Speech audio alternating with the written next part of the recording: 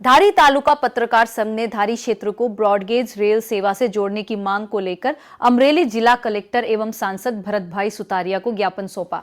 ज्ञापन में धारी, चलाला और विसावदर को ब्रॉडगेज रेल नेटवर्क से जोड़ने तथा यात्रियों की सुविधा के लिए प्रमुख ट्रेनों का संचालन सुनिश्चित करने की मांग की गई।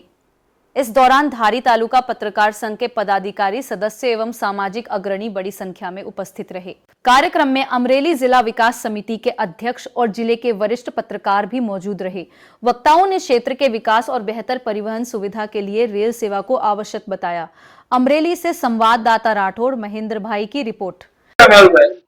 आज धारी पत्रकार संघ जे मीडिया तमाम संचालन करे छे एना दरेक सभ्यों साथे राखीने अमे अमरेली कलेक्टर कचेरी खाते महेरबान कलेक्टर साहेबने एक आवेदन पत्र पाठव्युं छे। खास जे मारी मागणी छे ए छे के ब्रॉडगेज जे सेवाथी धारीने वंचित राखवामां आव्युं छे तेने ब्रॉडगेज साथे जोड़ीने धारीथी मोटा अंतरनी ट्रेनो मळे ए माटे अमे आजे आवेदन पत्र महेरबान कलेक्टर साहेबने आप्युं छे।